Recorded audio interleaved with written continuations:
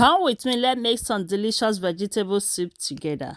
Hello good everyone, you're welcome back. If today is your first time seeing my video, you are highly welcome. In today's video, my people, as you all can see, we are making vegetable soup. Okay, so all this when you see here now the vegetable we want use now be this one. So I have 4 type of vegetable when I want use. I beg my people make una non vex. I not fit pronounce the name because the English name e big past my head, you understand? So just watch in case if you want to give it a try. As you see am for screen, then you go know wetin e be. Then if you go buy am, come try am, make am. But I go try my possible best make I leave the name on the comment section. Okay, so keep watching. So my people, when I see that one, that first one, that wetin the devil they call am kale, something like that.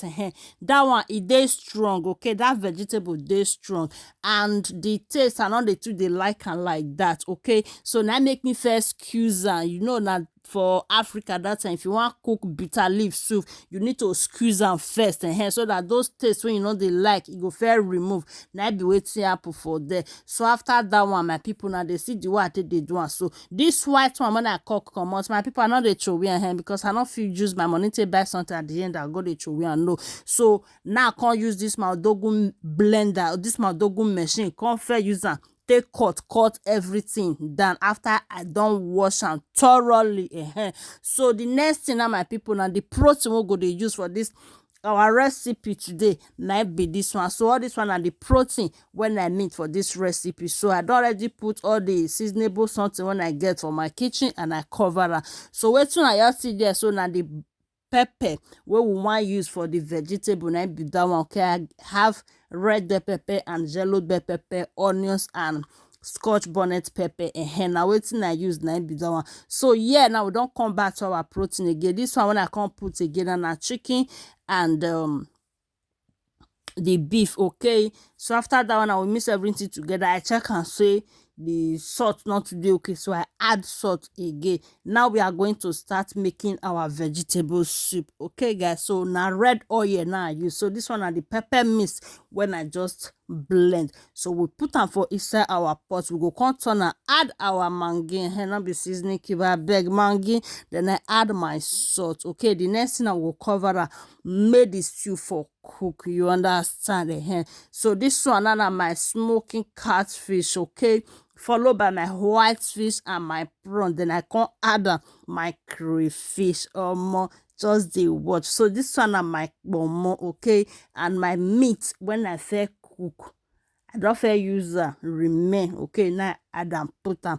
So now see that veggie what we fair cut today, the white one when I turn and say I know they throw away no hair.